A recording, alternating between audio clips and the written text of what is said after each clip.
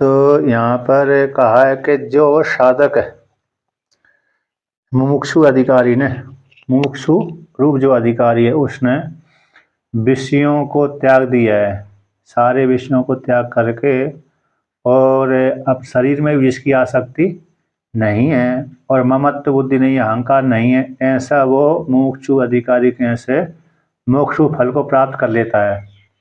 और जो अरे इस प्रकार वाला नहीं है, इसने कामना का त्याग नहीं किया और आसक्ति इसकी बैठी हुई, अहंकार भाव से युक्त है, ऐसा अधिकारी, ऐसा व्यक्ति मोक्षु फल को प्राप्त नहीं करता। इस प्रकार से कथन कर दिए जाने के अनंतर कहते हैं स ऐसा ज्ञान निष्ठा स्थिति, जो अरे जहाँ से न जायते मृत्य व कदाचित इत्यादि वाक्यों से लेकर के 71वें श्लोक पर्यंत तक जो ज्ञान निष्ठा का वर्णन किया गया है, उस ज्ञान निष्ठा की अब यहाँ पर स्तुति करते हैं। क्या करते हैं? स्तुति करते हैं। तो कहते हैं स ऐसा ज्ञान निष्ठा स्तुयते, संक्षेप से जो कह संक्षेप और विस्तार के द्वारा दिखलाई गई ज्ञान निष्ठा को अधिकारी प्रवृत्ति के लिए स्तुति करने के लिए आगे के श्लोक को कहते हैं। ऐसा ब्राह्मी स्थिति ही पार्थ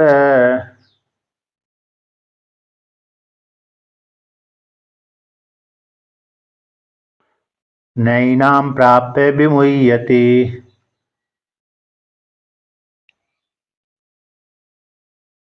स्थित्वास्यामन्तकालेऽपि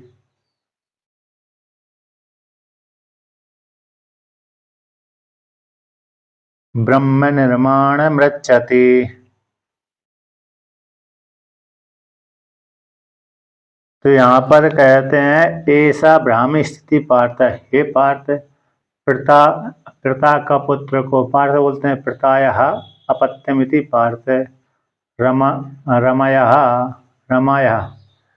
प्रताय है ना, कहते रमा शब्द को जैसे षष्ठी के रमायः बनता है, उसी प्रकार से प्रता के पुत्र को पार्थ कहते हैं। प्रतायः अपत्यमिति पार्थ, प्रता के पुत्र को पार्थ कहते हैं। हे अर्जुन, ऐसा ब्राह्मी स्थिति, ये तुम्हारे लिए ब्राह्मी स्थिति का वर्णन करते, इसी को ब्राह्मी स्थिति कहते। ऐसा ब्रह्म में स्थिति थी, ब्रह्म के स्वरूप को बोध कराने वाली स्थिति, ब्रह्म के स्वरूप को कथन करने वाली उस विधि को, उस स्थिति को यानी ब्राह्मी स्थिति कहते हैं। ये ब्रह्म है तो ब्रह्म को बोध कराने वाली ज्ञान निष्ठा, यानी इसको ही ज्ञान कहते हैं, ब्रह्म ज्ञान कहते हैं, आत्मज्ञान कहते हैं। जो इस प्रकार से उसमें स्थित हो जाए वो ब्राह्मी स्थिति हो गई। इसको ब्रह्म ज्ञान कहते हैं। साधन के लिए, साधक के लिए साधन हो गया, और जो फलीभूत हो गया, जिसने साधक ने साधन के माध्यम साध रूप फल की प्राप्ति कर ली, उसके लिए फल हो गया। ब्रह्म ज्ञान एक के लिए साधन है, एक के लिए फल है। तो ये इस प्रकार से मुमुक्षु के लिए तो साधन है, जो मुमुक्षु ने निध्यासन करते करते मुमुक्षु फल को प्राप्त कर लिया, उसके लिए तो साध्य हो गया, मतलब फल हो गया। तो ऐसा ब्राह्मी स्थिति है, जो ब्राह्मी स्थिति है, इसको इसी ब्राह्मी स्थिति को प्राप्त करके न विमुह्यति, व्यक्ति साधक मुमुक्षु अधिकारी मोहित नहीं होता। अब जिसने इस प्रकार से मोह को प्राप्त नहीं किया, जिसको परोक्ष ज्ञान अपरोक्ष ज्ञान दोनों हो गया, जिसको परोक्ष ज्ञान हो गया उसको तो अभी थोड़ा संशय में बना रहता है, क्योंकि दृढ़ अपरोक्ष नहीं हुआ। किंतु जिसको दृढ़ अपरोक्ष ज्ञान हो गया है उस तो वो मोह को प्राप्त होता ही नहीं है। मेरा क्या होगा भविष्य में, ऐसी चिंता उसको होती नहीं है। तो कहते हैं स्थित्व यानी स्थित होकर के, किसमें? इस स्थिति में। कौन सी स्थिति? ब्राह्मी स्थिति। अस्याम है इस स्थिति में, किस स्थिति में? ब्राह्मी स्थिति में स्थित होकर के, स्थित इष्टागति निवृत्त हो गए, प्रवृत्त हो गया, तो इसमें स्थित होकर के, अस्याम का अर्थ हो गया ब्राह्मी स्थिति। तो ब्राह्मी स्थिति में स्थित होकर के अंत काले, यद्यपि ज्ञान जैसे नचिकेता को है, श्वेत केतु को है, ज्ञान कब प्राप्त हो गया था? इनको तो अरे कुमार अवस्था में ही प्राप्त हो गया था। सबसे नहीं, सबसे जल्दी ज्ञान हुआ है तो और नचिकेता को हुआ है उपनिषद के अनुसार, है क्या नहीं? उपनिषद के अनुसार सबसे जल्दी शीघ्र ज्ञान नचिकेता को और गार्गी को, दो को ज्ञान हुआ है।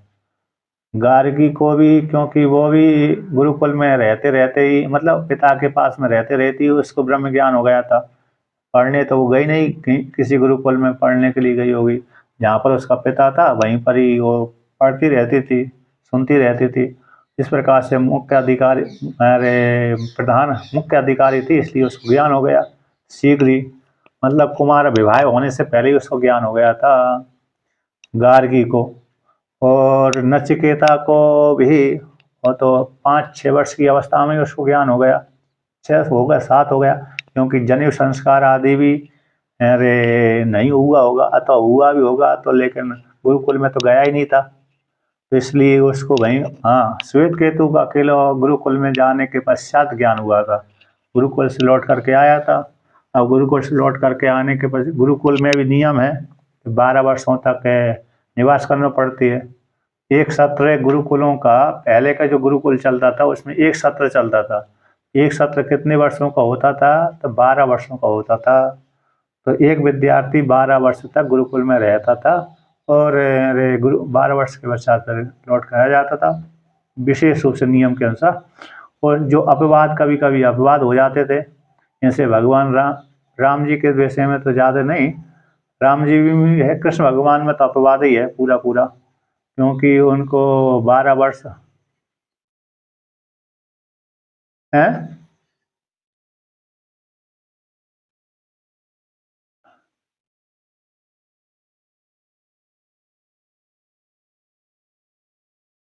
अच्छा अच्छा।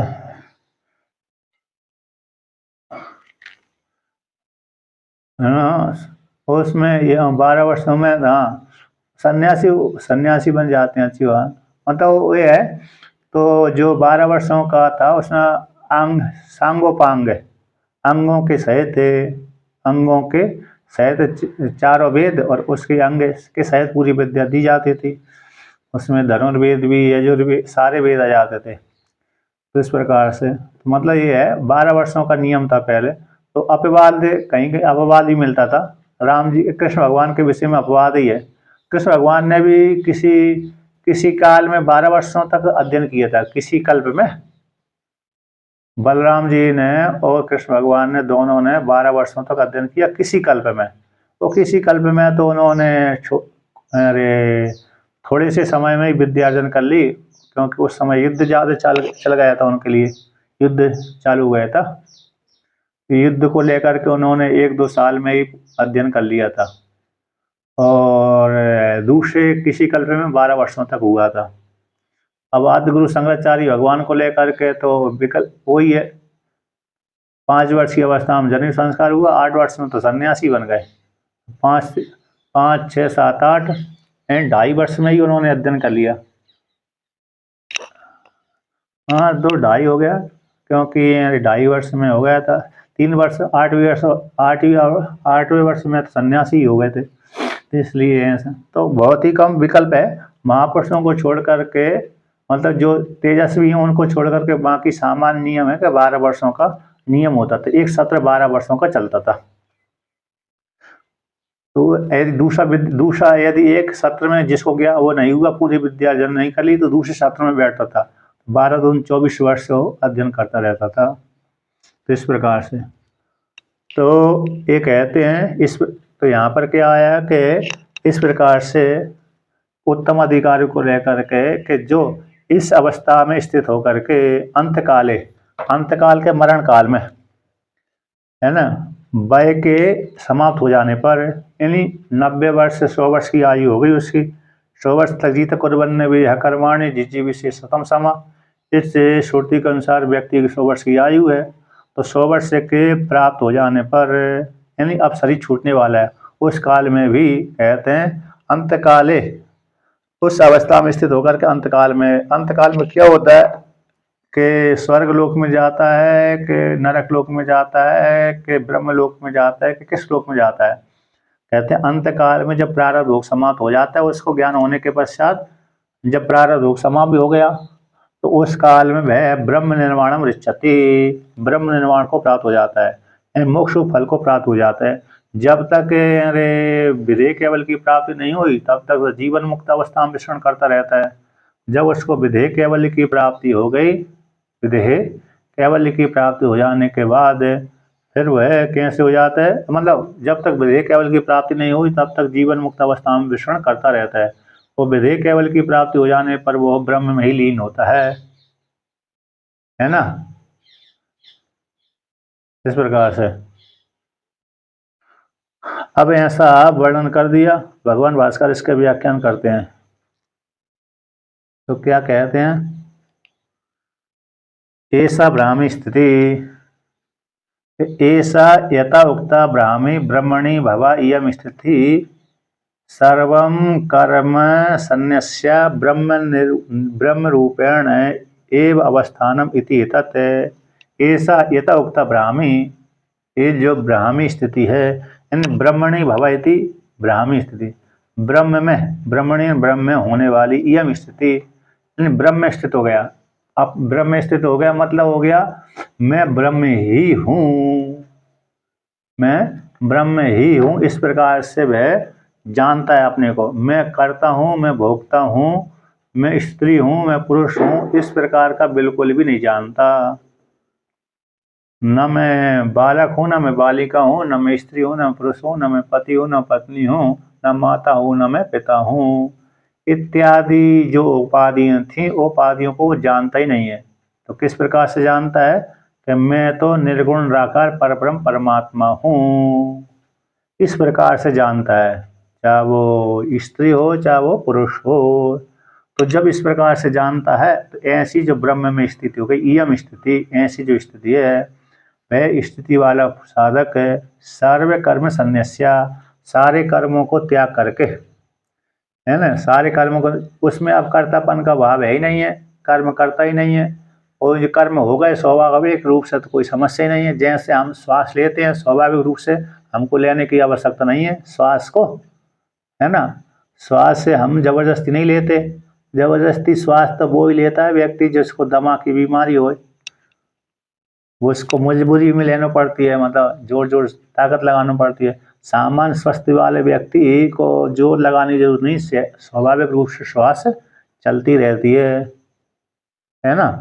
तो जैसे श्वास में प्रयास नहीं होता है, प्रयास करने की जरूरत नहीं पड़ती, प्रयत्न करने की जरूरत नहीं पड़ती, उसी प्रकार से यदि ब्रह्मवेत्ता के कर्म बन रहे हैं तो कर्म स्वाभाविक रूप से बन रहे हैं, ना कि प्रयत्न के द्वारा। तो ऐसे उसमें कर्म बनते ही नहीं है। सामने वाले लोगों की दृष्टि में उसके कर्म हो रहे हैं, स्वयं की दृष्टि में उसके कर्म कोई नहीं होते। सही है ना। तो ऐसा संपूर्ण कर्मों को त्याग करके ब्रह्म रूप से ही उसका अवस्थान हो गया, तो इसको कहते हैं ब्राह्मी स्थिति। ब्रह्म रूप से अवस्थान है, आकर मैं निर्गुण निराकार पर ब्रह्म परमात्मा हूँ, इस प्रकार से उसका दृढ़ निश्चय हो गया, दृढ़ बोध हो गया। हे पार्थ न एनाम स्थिति प्राप्त लब्धा न विमुह्यति न मोहम प्राप्नोति। कहते हैं इस प्रकार की स्थिति को प्राप्त करके, हे पार्थ इस स्थिति को प्राप्त करके, प्राप्त लब्धवा प्राप्त कर, दुर्लभस प्राप्त हुए, आपली प्राप्त धातु है उससे भी, और दुर्लभस प्राप्त धातु हो गई, प्राप्त करके न विमुह्यति मोहम न प्राप्नोति, मोह को प्राप्त नहीं होता। टीका में दिया है न विमुह्यति, पुनर्नये अनुकर्षणम अन्वय के लिए, जो इस प्रकार से प्राप्त हो गया तो मोह को प्राप्त नहीं होता। दो बार नए का अनुभव किया, न मोहम न विमुह्यति न मोहम प्राप्त होती, न ये नाम स्थिति प्राप्त, इस स्थिति को प्राप्त होकर के यहाँ पर न विमुह्यति न मोहम प्राप्त होती, अन्वय के लिए जान लेना चाहिए। सन्यासी ना टीका में 106 नंबर पृष्ठ पर तीसरी पंक्ति ऊपर से, सन्यासी न विमोय अभावे भी ग्रस्तो धन हान्यादि निमित्त प्रायण विमुह्यति विचित्त सन परमार्थ विवेक रहित तो भवति इत्यर्थ। तो यहाँ पर टीकाकार कहते हैं सन्यासियों का मोह भाव न होने पर भी, सन्यासियों ने तो धन का त्याग कर दिया, पहले से घर जीवन त्याग कर दिया था, पत्नी पुत्र सबका त्याग कर दिया था, है ना, और परिवार भाई बंधु माता पिता सबका त्याग कर दिया। अब जंगल में रहता है तो कुटी में रहता है, कहीं भी रहता है, तो उसको तो मोह नहीं है, नहीं होगा। सन्यासियों के मोह के भाव न होने पर भी गृहस्थों को तो धन हानि आदि निमित्त प्राय करके मोह प्राप्त होता रहता है, तो उनका चित्त विचित्त हो जाता है। तो ऐसे जिनको मोह की प्राप्ति होती है वो परमार्थ विवेक रहित तो भवति, परमार्थ के विवेक से रहित होते हैं। जिनको मोह धन हानि आदि को निमित्त लेकर के मोह होता है, उनको परमार्थ तत्व का ज्ञान उनको होता ही नहीं है ना, क्योंकि उनके मन में बना रहता है धन, मेरा सारा धन नष्ट हो गया, मेरा क्या होगा भविष्य में।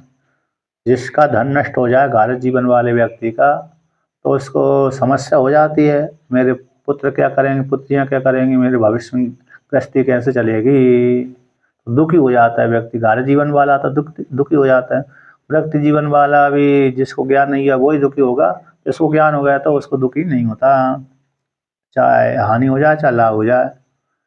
कहते ये तो ब्राह्मी स्थिति, जो ये ब्राह्मी स्थिति कही गई है, सारे कर्मों को त्याग पूर्वक है ब्रह्मनिष्ठा, ये ब्रह्मनिष्ठा स्थिति ब्रह्मनिष्ठा, तस्याम उसमें स्थित होकर के ताम उसी स्थिति को यहाँ पर आयुष चतुर्थे भी भागे करता, आयु के चतुर्थ भाग में बना करके, मतलब यहाँ पर वो ब्राह्मी स्थिति को प्राप्त होकर के आयु का जो चौथा भाग है ना, आयु के चौथा भाग मतलब एक श्लोक आता है आद्य वयसी नाधीतम, आद्य वयसी नाधीतम, द्वितीयो नोपार्जितम धनम, तृतीय न तपस्तप्तम, चतुर्थ किम करिष्यसि, तो करिष्यति है तो करिष्यसि। तो आद्य वयसी तो अलग अलग प्रकार का श्लोक है। आद्य न अधीते, आद्य न धीते, आद्य न धीते विद्या, है ना, आद्य पहले आद्य वैसी ना दीतम, आद्य वैसी ना दीतम, ऐसा श्लोक है।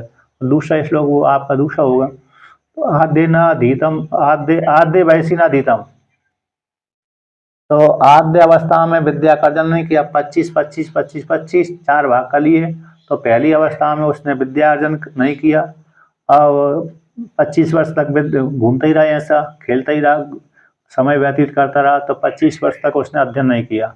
25 के बाद 50 तक है, फिर विवाह कर लिया, तो विवाह कर लिया तो उस घारत जीवन में रह करके धन कमाया जाता है, तो धन भी नहीं कमाया, पिता की संपत्ति को खाता रहा, गमाता रहा, मौज मारता रहा, तो आद्य वैसी नादितम द्वितीय न उपार्जितम धनम, तो पिता की संपत्ति को ही ये क्या करता, खर्च करता रहा। तो तृतीय अब वानप्रस्थ अवस्था आ गई, तीसरी 50 से लेकर 75 वर्ष तक वानप्रस्थ अवस्था कहलाती है।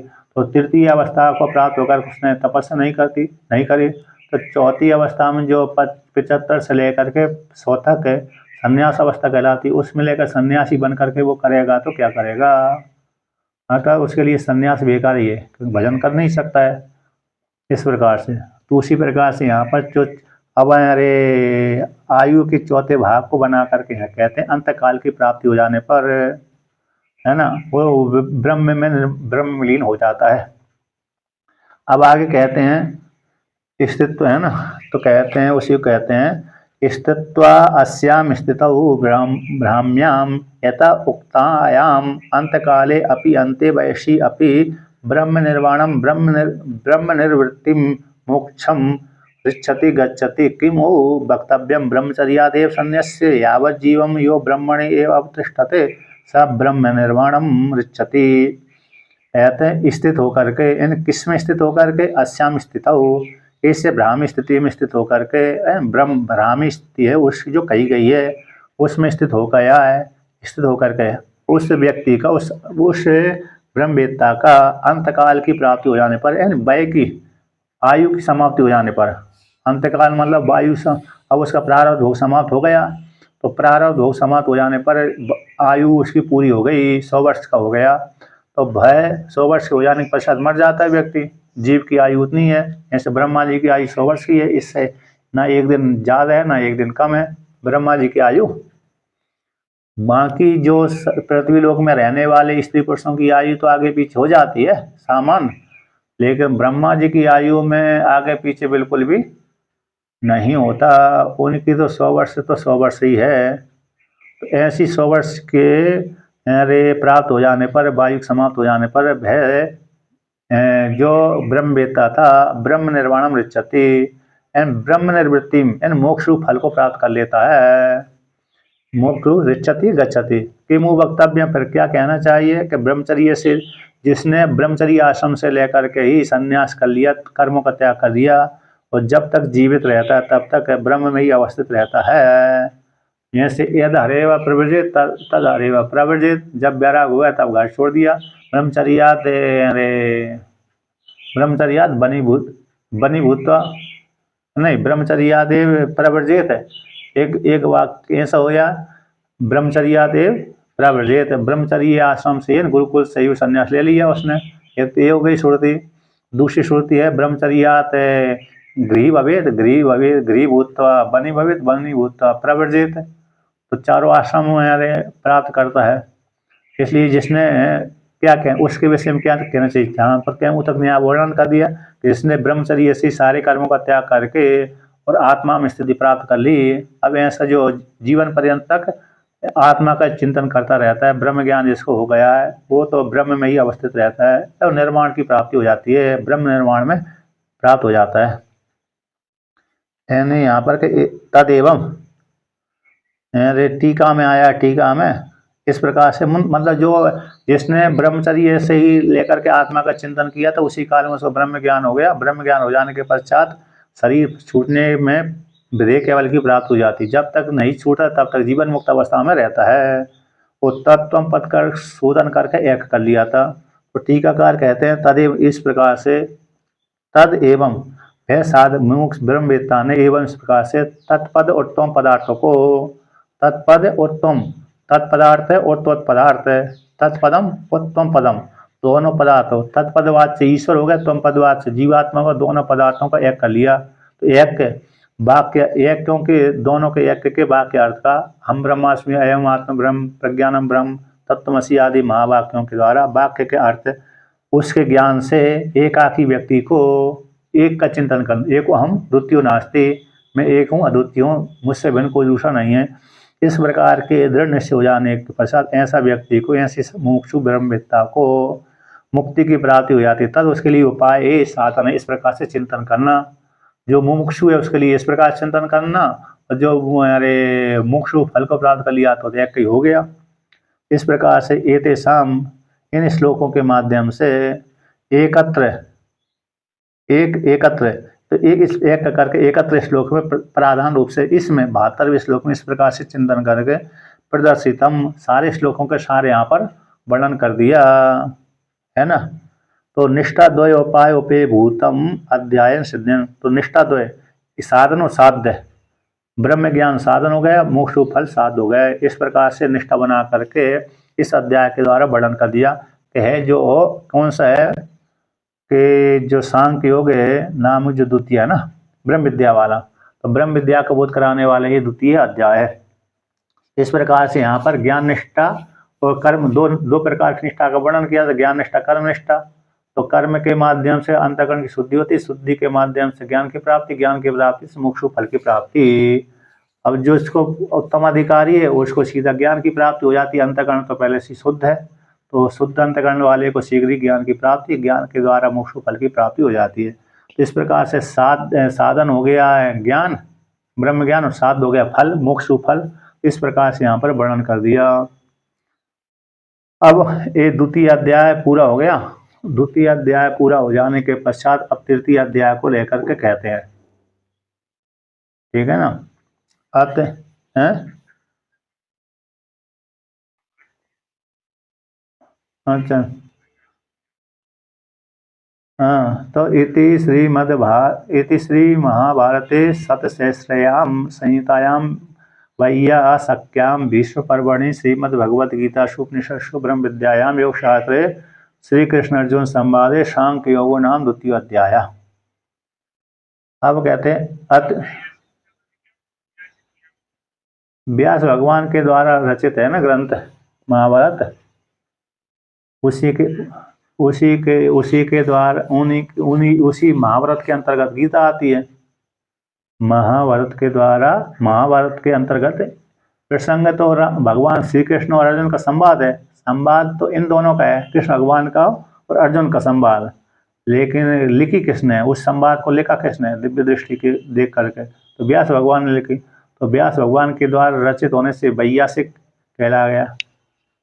यानी व्यास भगवान के द्वारा रचित ग्रंथ है एक गीता है। गीता कह लो चाहे महाभारत कह लो। इसलिए भीष्म पर्व में आती है, क्योंकि उस पर्व जिस काल में युद्ध क्षेत्र में चल रहा था, युद्ध क्षेत्र चल रही थी, तो युद्ध काल में ये गीता का उपदेश किया था। उस काल में जो पर्व चल रहा, तो पहला पर्व भीष्म पर्व है ना।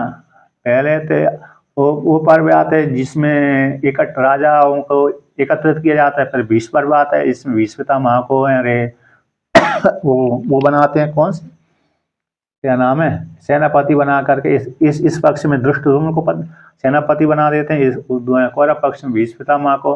तो जब तक भीष्म पितामह मरते नहीं है, सरसैया पर नहीं सोते, तब तक भीष्म पर्व में चलता है। अब जैसे ही उनका शरीर छूट जाता है, मतलब मर जाते हैं, मतलब सरसैया पर सो जाते हैं, सरों की सैया पे, इसके पश्चात फिर अगला पर्व जाता है द्रोण पर्व। जितने दिनों तक द्रोणाचार्य का शरीर नहीं छूटता, तब तक द्रोण पर्व कहलाता है।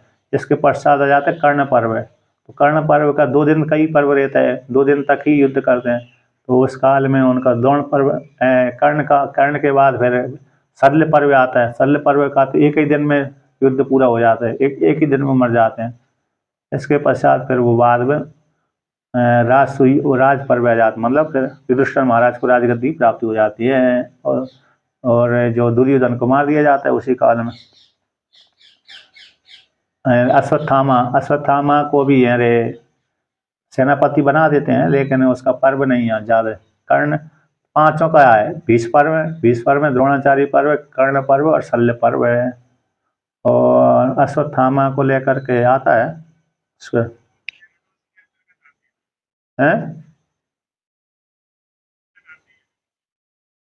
नहीं, भीष्म पर्व में अलग स्वतंत्र है ना। भीष्म पर्व में भीष्म पितामह तक कह रहे उनका युद्ध समाप्त हो जाता है, सरसैया हो जाते हैं ना। इसके पश्चात द्रोण पर्व आता है। द्रोण पर्व मतलब द्रोणाचार्य के काल में जितने भी राजाओं की मृत्यु हुई, एक युद्ध चलता है ना 5 दिनों तक। तो इसके पश्चात जब तक शरीर नहीं छूटा तब तक उनका पर्व कहलाएगा। फिर कर्ण पर्व आ जाए, कर्ण का जब तक शरीर नहीं छूटेगा तब तक कर्ण पर्व कहलाएगा इस प्रकार से। और लेकिन व्यास भगवान के द्वारा रचित है, इसलिए वैयासिक कहलाता है। व्यास के द्वारा रचित ग्रंथ को वैयासिक, जिसके द्वारा रचित ग्रंथ होता है ना, उसी के नाम से प्रसिद्धि प्राप्त होती है। तो महाभारत किसके द्वारा रचित है, व्यास भगवान के द्वारा रचित है। वो प्रसंग अलग अलग तो कृष्ण भगवान अर्जुन का प्रसंग है। अब आगे कहते हैं अतः तृतीय अध्याय। तो यहाँ पर कहते हैं पूर्व उत्तर अध्यायो संबंधम वक्तुम पूर्वस्मिन् अध्याय वृत्तम अर्थम संक्षिप्त अनुवदति। दूसरे अध्याय को और तृतीय अध्याय के संबंध को बतलाने के लिए पूर्व के अध्याय में द्वितीय अध्याय के घटना के विषय को, घटना का जो विषय था उसको संक्षिप्त करके अनुवाद करते हैं। सिद्धस्य पुनर्कथनम अनुवादत्तम, सिद्धस्य पुनर्कथनम अनुवादत्तम, ये अनुवाद का लक्षण है। जो पहले सिद्ध कर दिया है, सिद्ध वस्तु हो गई, उसी का पुनर्कथन कर देना अनुवाद कहलाता है ना। तो कहते हैं ये आगे वर्णन करते हैं कि शास्त्रस्य प्रवृत्ति निवृत्ति विषय भूते द्वे बुद्धि भगवता निर्दिष्टे सांख्ये बुद्धिर योगे बुद्धि रीति च। कहते हैं शास्त्र की प्रवृत्ति और निवृत्ति के विषयभूत है। शास्त्र की प्रवृत्ति, तो शास्त्र के प्रवृत्ति और निवृत्ति के विषयभूत जो 2 बुद्धि थी, निवृत्ति मोक्ष परक हो गया, प्रवृत्ति कर्म परक हो गई। है ना। शास्त्र प्रवृत्ति परक वही है, निवृत्ति परक वह है। गीता रूप जो शास्त्र है प्रवृत्ति परक निवृत्ति परक के विषयभूत जो दो बुद्धि थी, उन दो बुद्धि को कहते हैं भगवान के द्वारा, भगवान के द्वारा निर्देश कर दिया गया। किन वाक्यों के द्वारा दो बुद्धि कही गई है कि सांख्य बुद्धि सन्यासियों के लिए सांख्य बुद्धि कह दी गई, योगियों के लिए कर्मियों के लिए कर्म बुद्धि कह दी गई। सांख्य बुद्धि योग बुद्धि, जब परमात्मा योग कर्म बुद्धि को अभी योग से परमात्मा के साथ जोड़ दिया तो कर्म बुद्धि हो गई, यानी योग बुद्धि, है ना। सांख्य बुद्धि और योगी बुद्धि, सांख्य में बुद्धि योग में बुद्धि, इस प्रकार से दो बुद्धि का वर्णन कर दिया। अब वहां पर कहते हैं तत्र, तत्र का अर्थ कहते हैं अर्जुन के द्वारा गीता शास्त्र के प्रारंभ अपेक्षित हेतु फलभूत बुद्धि द्वय को भगवान के द्वारा कह दिया गया। अर्जुन के पूछे हुए प्रश्न के अभिप्राय को कहने के लिए प्रवृत्त अर्थ के अर्थांतर को यहाँ पर वर्णन करते हैं। तो तत्र मतलब वहां पर बुद्धि द्वय के मध्य में सांख्य बुद्धि योग बुद्धि, है ना। सांख्य बुद्धि और योग बुद्धि, ज्ञान बुद्धि कर्म बुद्धि, कर्म भी कितनी आत्मा को विषय करने वाली निष्काम कर्म के माध्यम से। तो ऐसे दो बुद्धि के मध्य में, तत्र शब्द का अर्थ हो गया दो बुद्धि के मध्य में।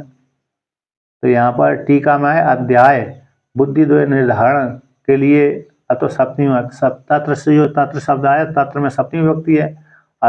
तो अध्याय कैसे बुद्धि द्वय के निर्धारण करने के लिए सप्तमी है। तो उससे बुद्धि द्वय के मध्य में प्राजाति यदा कामान इति आरभ्य अध्याय परिसमाप्ते है सांख्य बुद्धि आश्रितानां संन्यासम कर्तव्य मुक्त्वा तेषां तन्निष्ठतया एव च कृतार्थता उक्ता ऐसा ब्राह्मी स्थिति इति प्राजाति यदा कामान। इस द्वितीय अध्याय के 55 श्लोक से लेकर के जब जीवात्मा सारी कामना को त्याग कर देता है तब उसको, है ना, मोक्ष फल की प्राप्ति हो जाती है। इस यहाँ से लेकर के अध्याय की परिसमाप्ति पर्यंत तक, अध्याय की परिसमाप्ति है ये सब ब्राह्मी स्थिति, ये 72वां श्लोक है। यहाँ पे अध्याय की परिसमाप्ति पर्यंत तक सांख्य बुद्धि आश्रित, सांख्य बुद्धि को आश्रय करने वाले अधिकारियों के लिए, मुमुक्षु के लिए, सन्यासियों के लिए सन्यास को कह करके सन्यासम कर्तव्यम ऐसा कहकर, यानी कर्मों का त्याग, सन्यासम कर्तव्यम का अर्थ हो गया कर्मों का त्याग, कर्तापन का त्याग, अहंकार का त्याग है। विशेष रूप से कर्तापन ही अहंकार है। कर्तापन क्या है? अहंकार है। जैसे आपने योग वासिष्ठ सुनी हुई है तो वहां पर विशेष जोर अहंकार के त्याग करने पर दिया है। क्या दिया है? जब भी जितना भी प्रसंग हमने पढ़ा है, सुना है, समझा है, चाहे चूड़ाला का आख्यान सुना हो, चाहे कच्छ का आख्यान सुना हो, चाहे अरे उद्दालक का आख्यान सुना हो, चाहे अन्यों का आख्यान सुना हो, तो जितने भी आख्यान है उसमें कर्तव्य, यहाँ पर कर्तापन का त्याग है, यानी अहंकार का त्याग का ही विशेष महत्व है। और जिसने अहंकार का त्याग कर दिया उसको मोक्ष फल की प्राप्ति हो जाती है। जब तक अहंकार का त्याग नहीं करता व्यक्ति तब तक उसको ज्ञान की प्राप्ति नहीं हो सकती।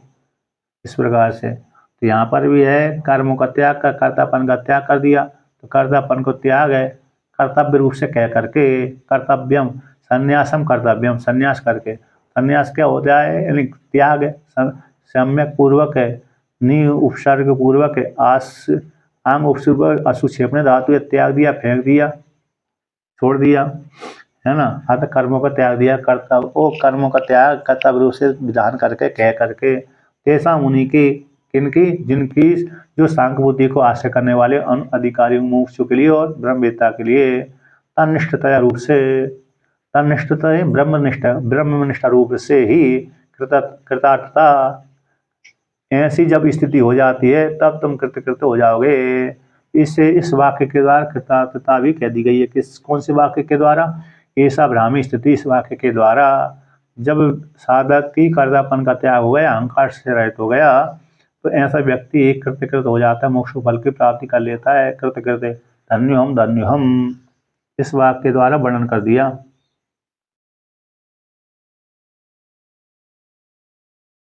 यहाँ पर टीका में देखिए तीसरी पंक्ति, पारमार्थिक तत्व के प्राप्त हो जाने पर जो ज्ञान है, पारम तत्व की प्राप्ति में जो ज्ञान है, पारमार्थिक तत्व को ना ब्रह्म में ब्रह्म इस प्रकार के ज्ञान जो ज्ञान है उस ज्ञान में उस निष्ठा रूप से निष्ठा हो जाने वाली साधकों की अशेष से काम के त्याग करने वाले सन्यासियों का मुमुक्षुओं का कामयुक्ता नाम कामयुक्त कर्मियों की प्रतिपत्ति कर्म के समान।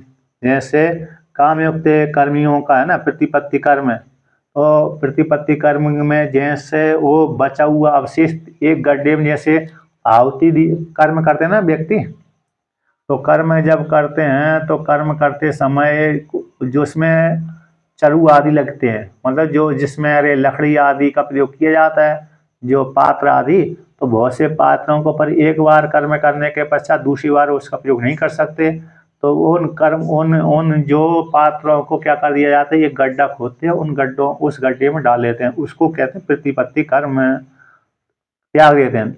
अगले यज्ञ में उन्हीं पात्रों का प्रयोग नहीं कर सकते, अगले यज्ञ में उन पात्रों का क्या नहीं कर सकते, प्रयोग नहीं कर सकते, इसलिए उनको कहते हैं प्रतिपत्ति कर्म। तो प्रतिपत्ति कर्म बत त्यागा, त्याग कर्तव्य रूप से भगवान उक्तवान। तो ऐसे कामयुक्त कर्मियों का जैसे प्रतिपत्ति कर्म में जैसे उन पात्रों को त्याग कर दिया जाता है, अपशिष्ट भाग को त्याग कर दिया जाता है, उसी के समान यहाँ पर भी ज्ञान निष्ठा वाले सन्यासियों के लिए कर्मों का त्याग का वर्णन भगवान ने कह दिया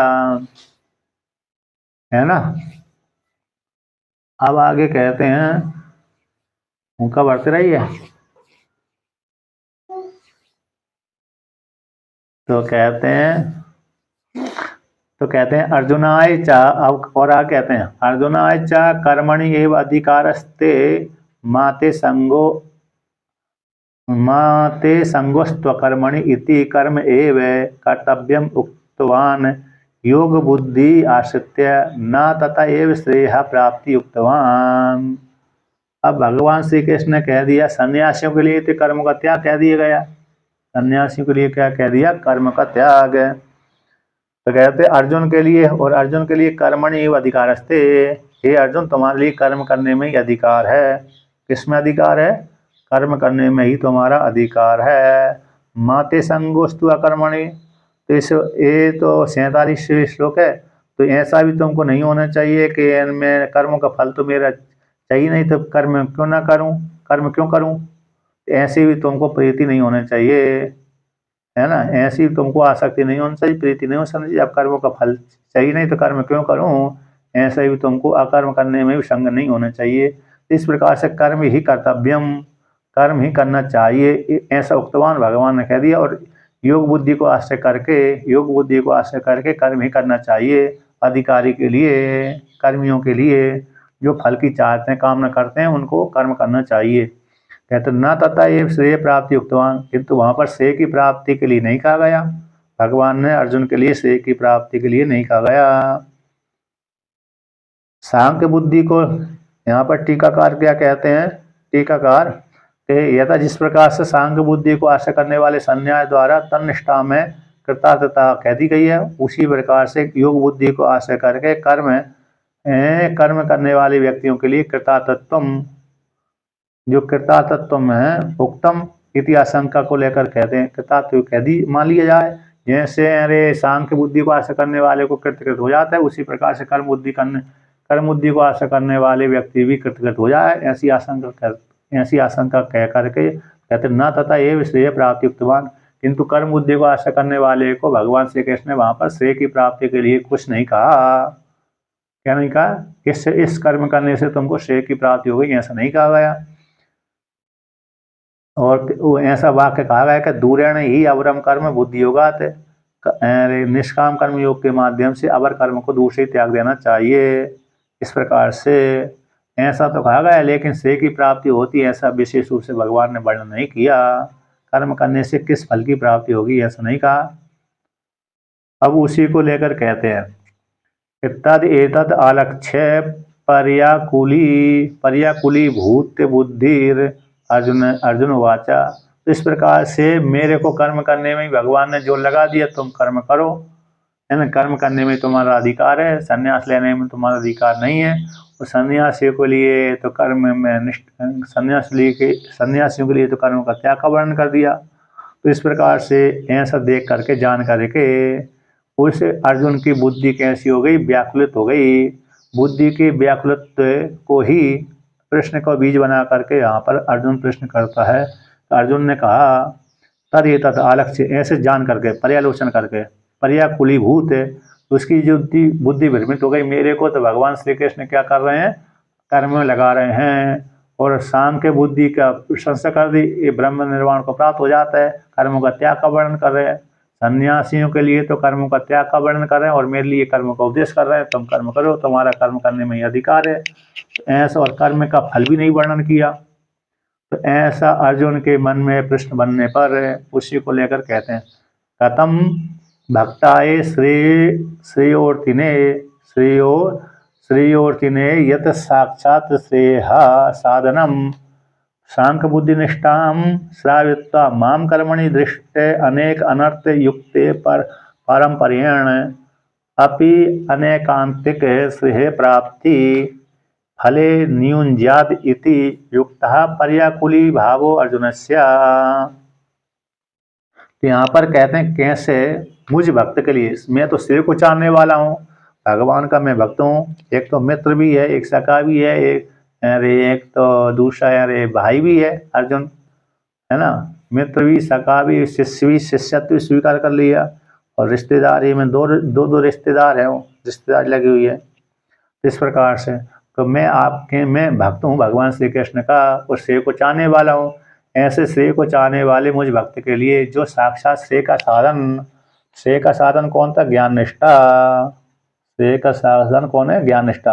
और ज्ञान निष्ठा सांख्य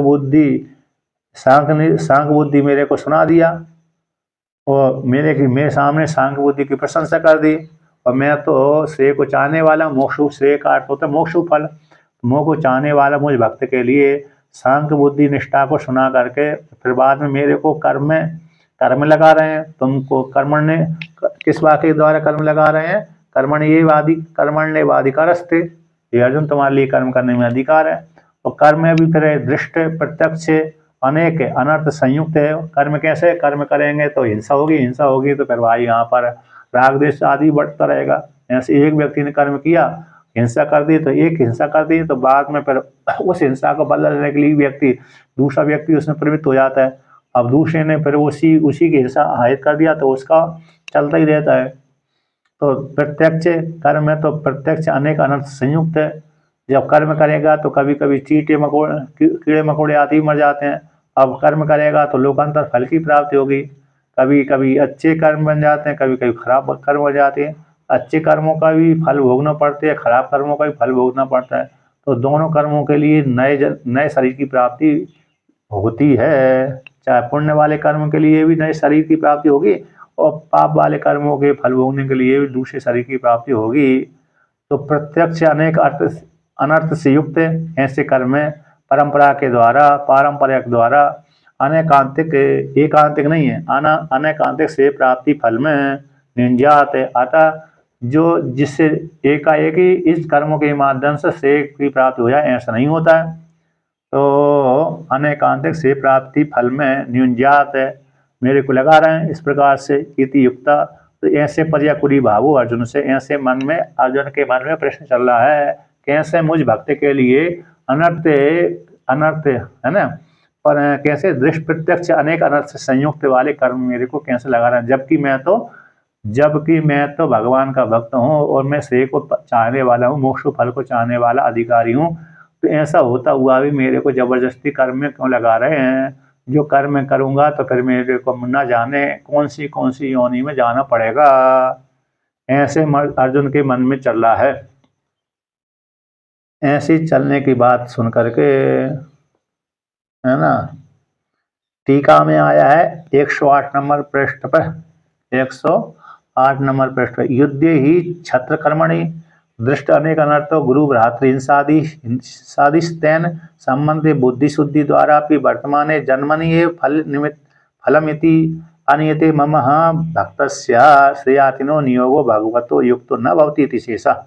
टीकाकार कहते हैं जो क्षत्रिय युद्ध हीन, क्योंकि जो युद्ध है क्षत्रियों का कर्म है, क्षत्रियों, है ना, किच्छा बोलते हैं, छत्र के क्षत्रिय कर्म दृष्ट प्रत्यक्ष, दृष्टन प्रत्यक्ष अनेक अनर्थ है। अनेक अनर्थ कौन से? गुरु की हिंसा, भ्राताओं की हिंसा, जो भी सामने लड़ने युद्ध करने आएगा, चाहे वो सगा भाई हो चाहे सौतेला भाई हो, यदि युद्ध करने आया तो वहाँ पे एक दूसरे की हिंसा करनी पड़ती है। तो गुरु भ्रातृ आदि हिंसा है होती है कुछ क्षत्रिय कर्म में।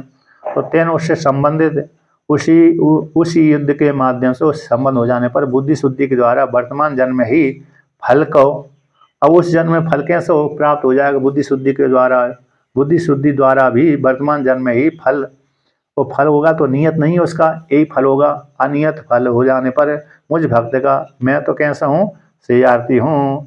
तो जब हिंसा आदि होती है तो व्यक्ति को बुद्धि शुद्धि कैसे हो सकती है? हिंसा आदि वाले कर्म में तो बुद्धि शुद्धि हो ही नहीं पाती है कि नहीं? बुद्धि शुद्धि द्वारा भी कहते वर्तमान जन्म में फल जो जन्म में ही जो फल है वह नियत न होने पर, अनियत होने पर मुझ भक्त को, श्रेयार्थी को जो नियोग लगा रहे हैं, कर्म में नियोग लगा रहे हैं, नियोजित कर रहे हैं, वो भगवान के द्वारा जो कहा गया है वो ठीक नहीं है।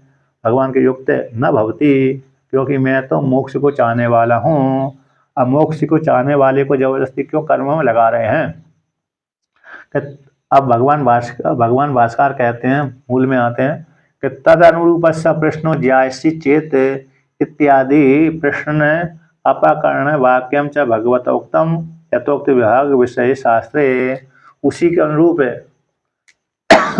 तो अर्जुन ने प्रश्न किया है कि मैं तो कैसे मोक्ष को चाहने वाला हूँ और कर्म क्यों लगा रहे हैं? कहते हैं तद अनुरूप प्रश्न, उसी के अनुरूप ये प्रश्न है कि तो आप कहते हैं कि ज्यासी चेत, यदि कर्म से ज्ञान श्रेष्ठ है, यदि कर्म से ज्ञान श्रेष्ठ है तो इस प्रश्न को हटाने के लिए प्रश्न के अपकरण वाक्य को भगवान के द्वारा कहा गया है यथोक्त विभाग विषय। तो यथोक्त विभाग विषय मतलब दो प्रकार का विभाग है। तो लोक में दो प्रकार, लोकस्मिन् द्विधा निष्ठा पराप्रोक्ता मैंने सांख्योगेन कर्म, सांख्योगेन योगिनाम कर्मयोगेन सांख्यो लोकस्मिन् द्विधा निष्ठा पराप्रोक्ता मैंने ज्ञान योगेन सांख्यानाम कर्मयोगेन योगिनाम। तो दो प्रकार की निष्ठा इस वाक्य के द्वारा वर्णन की गई है, कर्मियों के लिए कर्मनिष्ठा, ज्ञानियों के लिए ज्ञान निष्ठा। तो कहते हैं ये प्रश्न है, तो यदि आप ज्ञान निष्ठा श्रेष्ठ है तो फिर मेरे को क्यों कर्मनिष्ठा में लगा रहे हैं? आपके मत के अनुसार अर्जुन कहता है कि आपके मत के अनुसार यदि ज्ञान निष्ठा श्रेष्ठ है तो मेरे को जबरदस्ती कर्म में क्यों लगा रहे हैं? तद के अनुरूप, उसी के अनुरूप ही प्रश्न है ज्यासी चेत, यदि कर्म से ज्ञान श्रेष्ठ है तो इस प्रश्न के हटाने के लिए प्रश्न के अपाकरण वाक्यम भगवान के द्वारा कहा गया यथोक्त विभाग विषय। तो कौन सा प्रश्न को हटाने के लिए? तो इन दोनों में कौन से, ज्ञान निष्ठा और कर्मनिष्ठा में कौन श्रेष्ठ है? ज्ञान निष्ठा और कर्मनिष्ठा में कौन श्रेष्ठ है? ज्ञान श्रेष्ठ है कि कर्म श्रेष्ठ है? ज्यासी चेत, यदि ऐसा मानते हैं कि ये कर्म ज्ञान श्रेष्ठ है तो फिर मेरे क्यों लगा रहे हैं? इसी प्रश्न को हटाने के लिए भगवान के द्वारा ये दो प्रकार की निष्ठा का वर्णन किया, ज्ञान निष्ठा और कर्म निष्ठा। ठीक ना? ये तो विभाग विषय यहाँ पर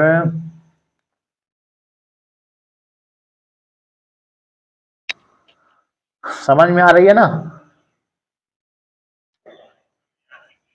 है तो दो प्रकार की यहाँ पर निष्ठा लोग निष्ठा बनाते रहो और क्या। तो यहाँ पर कहते हैं इसलिए क्यों लगा रहे हैं? हाँ, इस प्रकार तो इसलिए यहाँ पर भगवान ने अगले वाक्य में दो निष्ठा का अलग अलग विभाग का वर्णन किया था, लोकस्मिन् द्विधा निष्ठा, इस वाक्य के द्वारा। अब ऐसा कथन करने तो ये दो निष्ठा भगवान ने वर्णन कर दिया कि एक ज्ञानियों के लिए ज्ञान निष्ठा, कर्मियों के लिए कर्म निष्ठा। ठीक है ना? विभाग वचन भगवान ने कह दिया। अब कहने के पश्चात इतना हो गया। कौन सा प्रश्न हो गया कि अर्जुन के से भगवान ने दो प्रकार की निष्ठाओं का वर्णन कर दिया, ज्ञानियों के लिए ज्ञान निष्ठा और कर्मियों के लिए कर्मनिष्ठा। तो ज्ञानियों के लिए ज्ञान निष्ठा के द्वारा मोक्ष फल की प्राप्ति हो जाती है और कर्मियों के लिए कर्मनिष्ठा अंतःकरण की शुद्धि के माध्यम से ज्ञान की प्राप्ति हो जाती परंपरा के द्वारा। ये सिद्ध हो गया। तो दोनों के अधिकारी अलग अलग हैं, एक ही नहीं है। क्रम से तो हो सकता है, एक ही काल में दो निष्ठा नहीं बन सकती। एक ही काल में कर्म निष्ठा और ज्ञान निष्ठा नहीं बन सकती। क्रम से पहले कर्म निष्ठा बन सकती है, बाद में ज्ञान निष्ठा बन जाती है। पहले ज्ञान निष्ठा हो जाए फिर कर्म निष्ठा हो जाए, नहीं हो सकती। अब यहाँ पर ऐसा कथन करने के पश्चात कितना सिद्ध हो गया। अब वृत्तिकार के मत को उठाते हैं। किसको उठाते हैं? वृत्तिकार, जो आद्य गुरु शंकराचार्य भगवान से पहले आचार्य हुई है, जिन्होंने गीता के ऊपर भाष्य लिखा है, ब्रह्म सूत्र के ऊपर भाष्य लिखा है और दसोपनिषद के ऊपर भी भाष्य लिखा था, है ना। दसोपनिषद के ऊपर भी भाष्य लिखा था, गीता के ऊपर भी भाष्य लिखा था और ब्रह्म सूत्र के ऊपर भी भाष्य लिखा था। तो जहाँ पर मुख्य सिद्धांत के साथ विरोध नहीं होता है, वहाँ पर भगवान भास्कर ने उनको उठाया नहीं, वहाँ पर नहीं उठाया, वहाँ पर खंडन नहीं किया, क्योंकि श्रुति के अनुसार, स्मृति के अनुसार उन्होंने अर्थ किया, सिद्धांत के अनुसार अर्थ किया था कि वहाँ तो उनका मत को नहीं उठाया। किंतु जहाँ पर अरे श्रुति के अनुसार सिद्धांत के साथ विरोध हो रहा है और स्मृति के साथ विरोध हो रहा है, तो वहीं पर उन्होंने विपरीत भाष्य लिखा है, उसी मत को वहाँ पर उठाकर खंडन करते हैं। इनके वृत्तिकार को, जो वेदांत के ही एक देशी कहलाते हैं। आता सिद्धांत के साथ विरोध होता है तो वहीं पर भगवान भास्कर क्या करते हैं? खंडन करते हैं। इसलिए यहाँ पर वृत्तिकार के मत को उठा करके उनका खंडन करते हैं। पहले उनके मत को कहते हैं तो वो क्या मानते हैं, है ना, पहले वो क्या मानते हैं उसको खत्म करते हैं। जब उनके अभिप्राय को बता करके फिर उसको एक एक वाक्य के द्वारा खंडन करते हैं। तो टीकाकार कहते हैं 108 नंबर पृष्ठ पे, पहला 1 2 3 4 5 छठी पंक्ति ऊपर से, साक्षाद एव श्रेय साधनम अन्येभ्यो भगवतोक्तम न तो मह्यमिति मत्वा आकुलीभूतः सन पृच्छति स्व अभिप्रायण संबंधम उक्त वृत्तिकार अभिप्राय दूषयति। साक्षात श्रेय का साधन मोक्ष है, अन्यों के लिए भगवान ने कह दिया, ज्ञानियों के लिए कह दिया गया। उक्तम ना तो मह्यम, किंतु मेरे लिए नहीं कहा गया। ऐसा जान करके अर्जुन आकलीभूत होता हुआ, सन्यासियों के लिए मोक्ष का साधन ब्रह्म ज्ञान है, ऐसा अन्यों के लिए तो कह दिया गया और मेरे लिए नहीं कहा गया, क्योंकि मेरे लिए तो कर्मण्यवाधिकारस्ते, ऐसा वाक्य बोल दिया। तो ऐसा आकुलीभूत होता हुआ अर्जुन पूछता है। तो स्व अभिप्राय के संबंध को कह करके अब वृत्तिकार के अभिप्राय को कहते हैं। 1 नंबर टिप्पणी में बोधायन, तो बोधायन नाम के वृत्तिकार रहे होंगे वृत्तिकार के अभिप्राय को। तो 1 नंबर टिप्पणी में उनका नाम ले दिया बोधायन, ज्ञान कर्म समुच्चयवादी, अथवा वृत्तिकार ही नाम रहा होगा अथवा बोधायन नाम के ऋषि रहे होंगे, है ना, टीकाकार मतलब भाष्यकार। बोधायन नाम जो ज्ञान और कर्म का समुच्चय मानते हैं। क्या मानते हैं? ज्ञान और कर्म के समुच्चय से,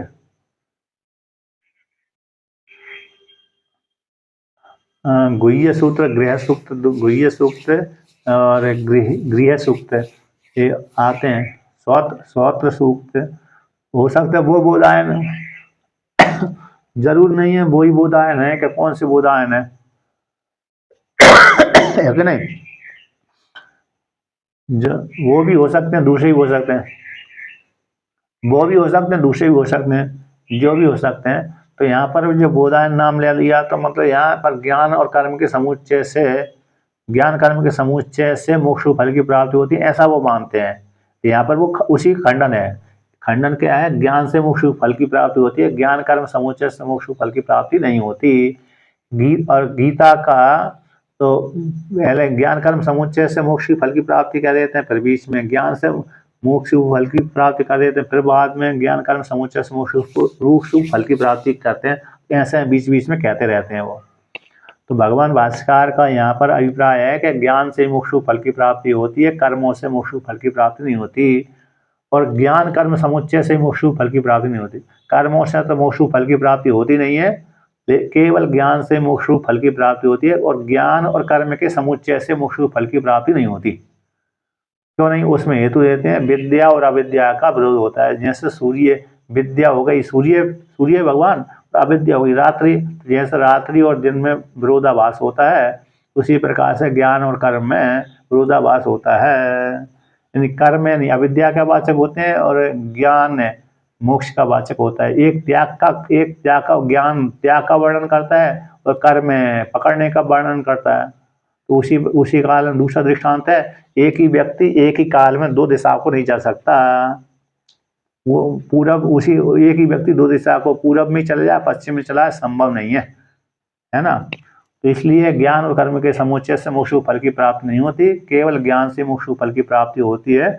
ऐसा भगवान भास्कर का मत है और व्यक्तिकार का मत है कि ज्ञान कर्म के समुच्चय से मोक्ष फल की प्राप्ति होती है, ये उनका कहना है। अब इसका कहना है तो फिर कल ही कहते हैं, कल अष्टमी होगी